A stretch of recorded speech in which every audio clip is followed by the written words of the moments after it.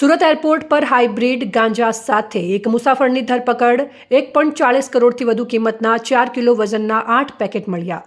Air India એક્સપ્રેસની ફ્લાઇટમાં બેંકોકથી સુરત આવ્યો હતો।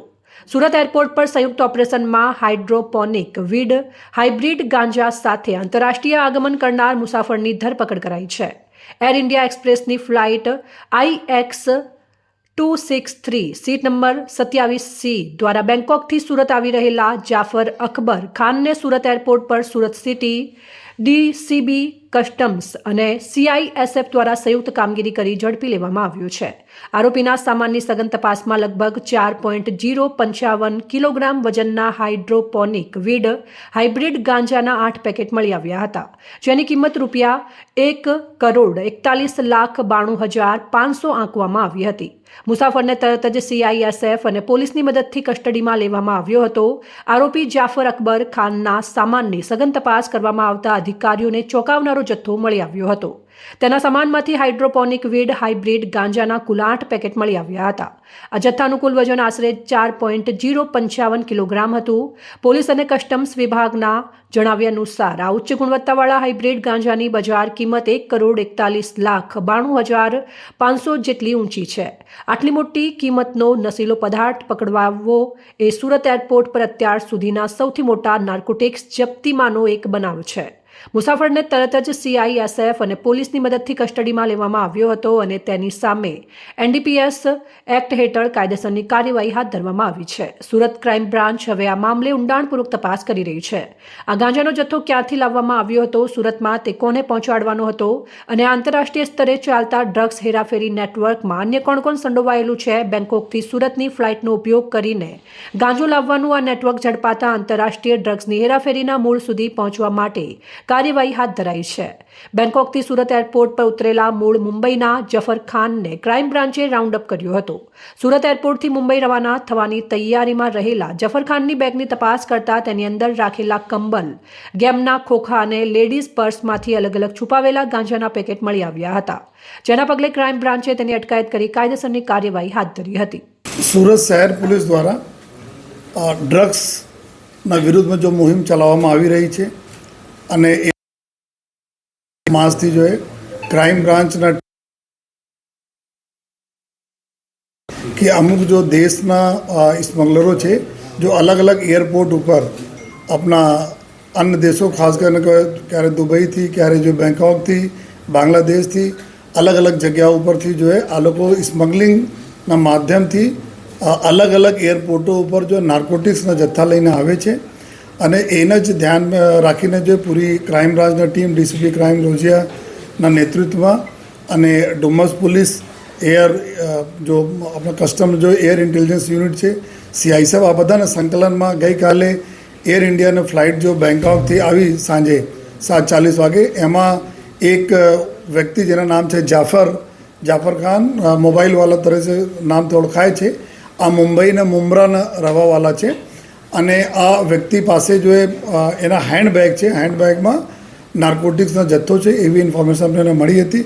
એના આધારે જો ગઈકાલે સમગ્ર જો કમ્બાઇન્ડ ટીમો એના જો એરપોર્ટ ઉપર પકડી અને બેગ ચેક કરતા, તો બેગમાંથી જો એના પાસે 2 બેગો હતી, એક ચેક ઇન બેગેજ હતા, બીજા એના પાસે હેન્ડબેગ હતા, ટ્રોલી બેગમાંથી એક લેડીઝ પર્સ હતા। લેડીઝ પર્સમાં લગભગ 2 પેકેટ હાઇબ્રિડ ગાંજા જેના અમે બોલીએ છીએ અને આ મળા જો અને સાથોસાથ ત્યાં એક બાળકો માટે જો એ રમવાના રમકડા હોય છે, આ અંદરના એના બોક્સ ખાલી હતા, આ બોક્સમાં બીજા જો એ પેકેટો મળા, કુલ મળાઈને 8 પેકેટ જેટલા જો એ આપણા હાઇબ્રિડ ગાંજા જેના સાયન્ટિફિક નેમ હાઇડ્રોવીડ તરીકે એના ઓળખવામાં આવે છે, આ મળા જેના વેટ કરતાં જો એ કરીબ 4 કિલોગ્રામથી વધુ ના વેટ છે એના અને ટોટલ અત્યારે જો એની માર્કેટ વેલ્યુ છે જો નાર્કોટિક્સ કંટ્રોલ બ્યુરો તરફ से मान्य છે એના 35 લાખ રૂપિયા જો પર કેજી છે।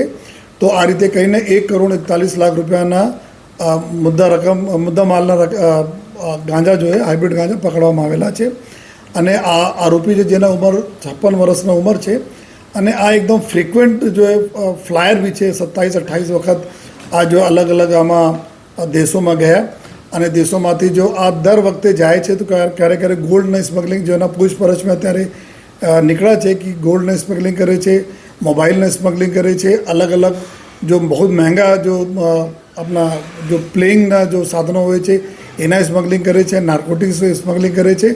અને આ જ પ્રક્રિયાના ભાગરૂપે એના બીબી છે, એના જો પત્ની છે નુસરા બેગ કરીને એના પત્ની છે જો બુસરા બેગમ કરીને પત્ની છે, જો જૂનના મહિનામાં બેંગ્લોર એરપોર્ટ ઉપરથી 7 કિલોગ્રામ अपना हाइब्रिड गांजा સાથે પકડાયા હતા. આ જો જેલમાં છે. તો અને એને જ પૂરા જો પરિવાર આ પ્રકારના જો કૃત્યોમાં લાગેલા છે. અને અત્યાર સુધી જો એના પાસપોર્ટ અને બીજા જો અમે લોકો વિઝાઓ વગેરેના માહિતી ચેક કરો જોઈએ તો એમાં છેલ્લા 3 વર્ષ દરમિયાન જો દુબઈ और बांग्लादेश 6 વખત જઈ ચૂક્યા છે જો. અને થાઈલેન્ડ, ઓમાનમાં 2 વખત, સાઉદી અરેબિયા, કંબોડિયા, બહેરીન વગેરે દેશોમાં બી આ એક વખત જઈને આ જ સ્મગલિંગના પ્રક્રિયાઓ હાથ ધરેલી છે જો. તો અત્યારે આ જો ચૂંકि કેરિયર તરીકે આ ઉપયોગ કરવામાં આવે છે એના જોઈએ. અને એક ખેપ આવે તો ખેપ પ્રમાણે એના રકમ 1 લાખ રૂપિયા તક જો પર ખેપના રકમ એના મળે છે જોઈએ. જ્યારે લઈ આવે અને એના મોડસ ઓપરેન્ડી પણ આ પ્રકારના છે કે જ્યારે આ પ્રકારના માલ લઈને આવે છે કોના આપવાના છે એના જ ફોટોગ્રાફ જો સામેવાળા વ્યક્તિને આપવામાં આવે છે. ફોટોગ્રાફ વિથ બેગ આ એના મોડસ ઓપરેન્ડી પ્રમાણે એરપોર્ટ ઉપર બહાર આવીને ઊભા થઈ જવાના. એના ફોટો આઈડેન્ટિફાઈ કરીને કોઈ વ્યક્તિ આવશે અને એનાથી બેગ લઈને જતા રહેશે અને એના જો પૈસા છે આ પૈસા જો લાખ રૂપિયા તક હોય છે આ એના મળી જશે જોઈએ. તો આ જો ગઈકાલે જો મળા તો આ અત્યારે ક્રાઇમ બ્રાન્ચની ટીમ જો ગુના દાખલ કરીને કાર્યવાહી કરી રહી છે. અને આગળ ક્યાંક લિંકેજ છે કે આ રહેવાસી મુંબઈને છે પરંતુ આ વખતે આ સુરત આંતરરાષ્ટ્રીય એરપોર્ટના ઉપયોગ કરેલા છે. તો બીજા પૂરે લિંકમાં ક્યાં ક્યાં છે, કોણ છે, ક્યાં જવાના હતા માલ જો આ બધા જો અભી ક્રાઇમ બ્રાન્ચની ટીમો જો એના ઉપર ઇન્વેસ્ટિગેશન કરી રહી છે. આ જો હાઇબ્રિડ ગાંજા જો હોય છે આ નોર્મલ ગાંજા કરતાં અલગ હોય છે. બિના માટીને એના છોડ ઉગાડવામાં આવે છે અને આ એના બહુ શક્તિશાળી ગાંજા હોય છે. તો અત્યારે લોકોમાં બહુ પ્રચલન જો ડ્રગ યુઝર છે એમાં છે. એના કિંમત 35 લાખ રૂપિયા પર કેજી હોય છે, જેના લીધે અત્યારે અલગ અલગ જગ્યા ઉપર એની સ્મગલિંગ ચાલે છે. લેકિન સુરત શહેર પોલીસ પૂરી મક્કમ છે કે આ પ્રકારના કોઈ પણ એક્ટિવિટી આપણે સુરતમાં નથી થવા દેવાના. સર, આટલી સુરક્ષા હોય છે છતાં આ રીતે અત્યારે સ્મગલિંગ કરી ચૂક્યો છે તો કઈ રીતે એ આખું એનું મોડેસ હતી કે સુરક્ષાને ઘેરો તોડીને બહાર નીકળી જતો હતો? નહીં, આમાં જ્યારે જ્યાં એરપોર્ટ લઈને આવે છે તો એમાં પેકેટ આ લોકો આ પ્રકારના પેકેટ કરે કે પર્સ હોય, રમકડા હોય, આ પ્રકારના સાધનોમાં મૂકીને લઈ આવે છે. ત્યારે જો અલગ અલગ જુદા જુદા એરપોર્ટ ઉપર જો અલગ અલગ યુનિટ્સ હોય છે, કસ્ટમના અલગ યુનિટ હોય છે જો ચેક કરતી હોય છે. લેકિન ક્યારેક જો એક્સરે મશીન વગેરે બધા સામાનો જતા હોય છે તો એના માટે જો અમારા લોકોની ઇન્ફોર્મર જો નેટવર્ક હોય છે, ઇન્ફોર્મર બી નેટવર્ક હોય છે. આ જ ભાગરૂપે જો બેંગ્લોર એરપોર્ટ ઉપર બી 7 કેજી એના વાઇફ પકડાઈ જોઈએ 7 કેજી સાથે. તો આ લોકો એરપોર્ટ ઉપર આ બધા પેપર બી વાંચો છે, ઇલેક્ટ્રોનિક મીડિયા બી આવતા રહે છે કે ઘણા એરપોર્ટ ઉપર જો આપણા અમદાવાદ એરપોર્ટ બધી યુનિટ્સ પકડતી જ રહે છે. એ ક્યારેક સક્સેસફુલી થઈને નીકળી પણ જતા હોય છે. જાફર સાહેબ 56 વર્ષનું છે, મુંબઈ રહે છે, એનો કામ ધંધો શું છે? આ એના નામ મોબાઈલવાળા એટલે પહેલે જો મોબાઈલને સ્મગલિંગ કરતા હતા જો એના પૂછપરછ બહાર આવી છે વાતો. એના જ કામે છે કે સ્મગલિંગ કરતા રહેવાના. અને લગભગ જોઈએ તો 27-28 વખત જો છેલ્લા 2-3 વર્ષમાં આ બહાર જઈ ચૂક્યા છે. અને બધી વખત કોઈ ને કોઈ સ્મગલિંગના સાધન સ્મગલિંગના વસ્તુ લઈને આવે. ક્યારે ગોલ્ડ લઈ આવે, ક્યારે મોબાઈલ લઈ આવે, અને મેક્સિમમ વખત જો આ નાર્કોટિક્સ લઈને આવેલા છે. બેંકોકમાં કોની પાસેથી લાવ્યો હતો આ ગાંજો? અત્યારે એના પૂછપરછ ચાલુ છે. ત્યાં બેંગકોકમાં અમુક લોકો છે જે ઇન્ડિયામાં અને બીજી જગ્યાએ જો સ્મગલ કરવા માટે જો આ લોકો આ પ્રકારના કેરિયર્સ યુઝ કરતા રહે છે. જાફર બી આ પૈકી એક કેરિયર તરીકે છે જો અને એના બી આપણા નામ છે. આગળ ઇન્વેસ્ટિગેશન ચૂંકि ચાલુ છે તો અમે જો બી અલગ એજન્સીઝ, કેન્દ્રીય એજન્સીઝ હોય છે જેના માધ્યમથી કરી જેના અત્યારે નામ આપણા નહીં બતાવી શકી.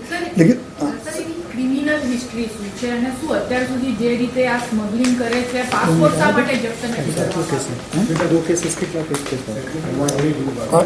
એના વિરુદ્ધમાં ત્યાર સુધી જો અમે લોકોના પૂછપરછમાં બોમ્બે એના વિરુદ્ધમાં 2 કેસીસ છે જો લેકિન અત્યારે આ કેસીસ મુંબઈ પોલીસ સાથે કરીએ છીએ. ગઈકાલે રાતથી બધા ચાલે છે. એના મુંબઈમાં ટ્રોમ્બેમાં એક ગુના મારામારી ગ્રીવિયસ હર્ટ 326 IPCના દાખલ થયા છે. અને બીજા એના ઉપર જો ચોરીના જો MIDC પોલીસ સ્ટેશન છે મુંબઈમાં. તો મુંબઈમાં 2 ગુના છે. લેકિન અત્યારે બીજા ગુનાઓ માટે બી અત્યારે તપાસ કરી 2 ગુનાના આરોપી છે આજે. અને આ બંને થોડા જૂના ગુનાઓ છે એના ઉપર. સ્મગલિંગ કર્યું છે તેમ છતાં પાસપોર્ટ જપ્ત નથી. જનરલી શું થાય છે કે આ જો ગુનાઓ એના ઉપર દાખલ થયા હતા 2012 વગેરેના હતા, તો આમાં થાય શું છે ક્યારે ક્યારે એના પરમિશન પણ મળી જતા હોય છે. ત્યારે જો ઘણા બધા ફ્લેક્સિબિલિટીના નિયમોના લીધે કે કોઈ પણ ગુનામાં બી હોય તો એના જો મંજૂરી લઈને જો 1 વર્ષ 6 મહિના આ પ્રકારના પાસપોર્ટના મુદત મળતા રહે છે. જો તો આ અમારે એક તપાસનો વિષય છે કે એના ગુના હતા તો પાસપોર્ટના વેરિફિકેશનમાં તો કંઈ ખોટી માહિતી એના ઉપયોગ તો નથી કર્યા. એના માટે બી મુંબઈ પોલીસ અમારા લોકોનો કોન્ટેક્ટ ચાલુ છે. સર આ મુંબઈમાં છે, સુરત પહેલી વખત જ આ એરપોર્ટ લીધું છે ને, સુરત એરપોર્ટને પસંદ કરવાનું મુખ્ય કારણ શું હોઈ શકે? ને આમાં દર વખતે જો અલગ અલગ એરપોર્ટો લેતા હોય છે. જનરલી શું હોય છે કે ઘણા બધા એવા હોય છે કે અલગ અલગ એજન્સીઝના રડાર મેં આ પ્રકારના લોકો હોય છે જો બહુ ફ્રિકવન્ટલી વિઝિટ કરતા હોય છે. જો તો એના માટે અલગ અલગ એરપોર્ટના સિલેક્ટ કરતા હોય છે આ લોકો કે એક વખત બેંગ્લોર જાય તો મુંબઈ જાય તો સુરત આવે, જ્યાં જે ઇન્ટરનેશનલ એરપોર્ટ છે તો એના મોડસ ઓપરેન્ડી હોય છે કે બધી જગ્યાએ આ રીતે કરે કે કોઈ એને ઓળખાય નહીં. જોઈએ અહેવાલ રવિ પટેલ, પ્રદીપ્ત અંતરાલ ન્યૂઝ, સુરત.